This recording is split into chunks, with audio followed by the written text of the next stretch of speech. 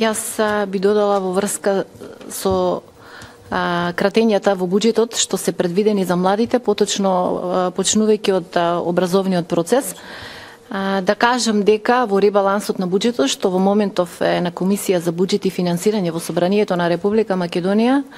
има енормни суми на парични средства кои се кратат,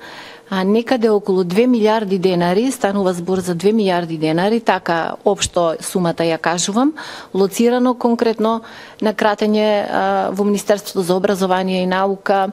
кратење пари за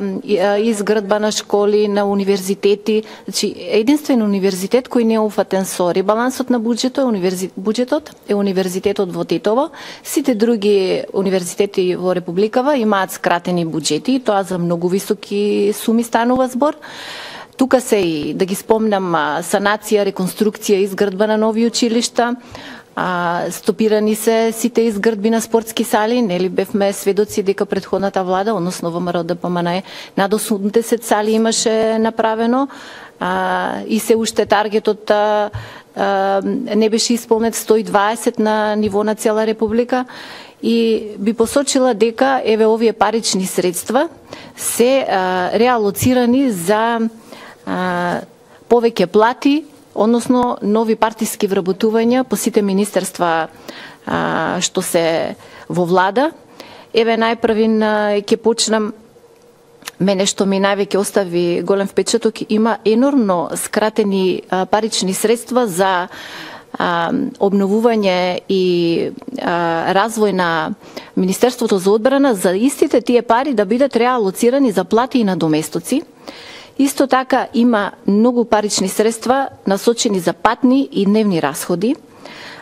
Понатаму плати и надоместоци во Министерството за правда, и еве одговорно тврдам и од овие податоци од буџетот што ги гледавме во ребалансот на буџетот, буквално нема една институција, едно министерство, една агенција кои што не се наведени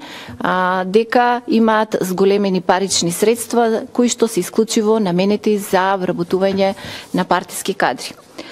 Меѓутоа, дека тие се на погрешен пат, еве тука би ја спомнала изјавата од пред 3 дена на високата представничка на Европската комисија госпоѓа Могерини, која јавно ги критикува, го критикува Социјалдемократскиот сојуз во своите постапки, дека ваквите разрешувања и именување, поставување на нови партиски функционери не беше дел од планот што тие сака да го представат како реформски, а тоа е акцијскиот план 369, и дека всушност тие не дојдоа на власт за да вршат класична партизација на државата. Значи, уште еднаш да напоменам, тие само што не почнале ја добија првата критика за своето непрофесионално работење, за кој што се залагаа во текот на предизборието, дека исклучиво ќе вработуваат професионалци, дека ќе бидат транспарентни, дека ќе бидат одговорни и дека ќе бидат отчетни пред граѓаните за што добија гласови, онолку колку што добија, знаеме колку добија и фактички кој беше победник на изборите. Еве јас тука накратко би спомнала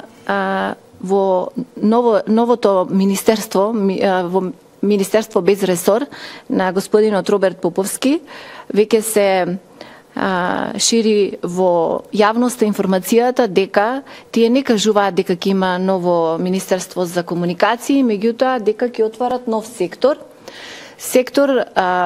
за информации и комуникации, во кој што планираат да вработат нови 40 нивни партиски луѓе,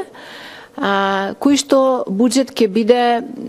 пак на граѓаните на Република Македонија, односно граѓаните на Република Македонија ќе ги плаќаат од своите џебови. Дека тие продолжуваат својата партиска и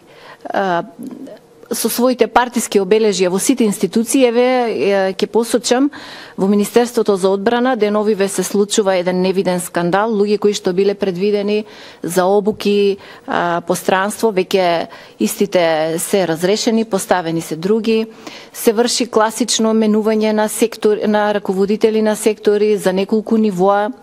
Така да тие премногу брзаат и таат во своите постапки само да дојдат до власта и еве праќаат една порака како од највисокиот врв планираат да ја партиципираат власта. Јас искрено сум загрижена како тоа ќе се одвива во текот, односно во аналите на пониските сектори на сите министерства, подрачни одделенија, канцелари, кои што се под ингеренции како на министерствата, така и на агенциите. Во таа насока сакам еве и јавно да прозборам и за притисокот што се врши во Министерството за внатрешни работи, односно им се даваат на началниците, на раководителите на сектори, едноставно им се прави притисок да потпишат свое саморазрешување во името на тоа дека ако не потпишете вие сами, ние ќе ве разрешиме под поригорозни услови, затоа еве потпишете сами да не ви се случи тоа и тоа. На што реагираше полицискиот синдикат, еве јас го поздравувам. Меѓутоа, денеска министерот Оливер Спасовски излезе со една изјава дека тоа не било вистина. Тој мораше да излезе со една таква изјава, меѓутоа невистина беше неговата изјава. Илјадниците вработени во Министерството за внатрешни работи кажуваат друго, дека се врши огромен притисок таму, почнувајќи од раководните структури, а понатаму тоа ќе се прелее и на пониските нивоа на власт, не само во Министерството за внатрешни работи, туку и по сите други министерства.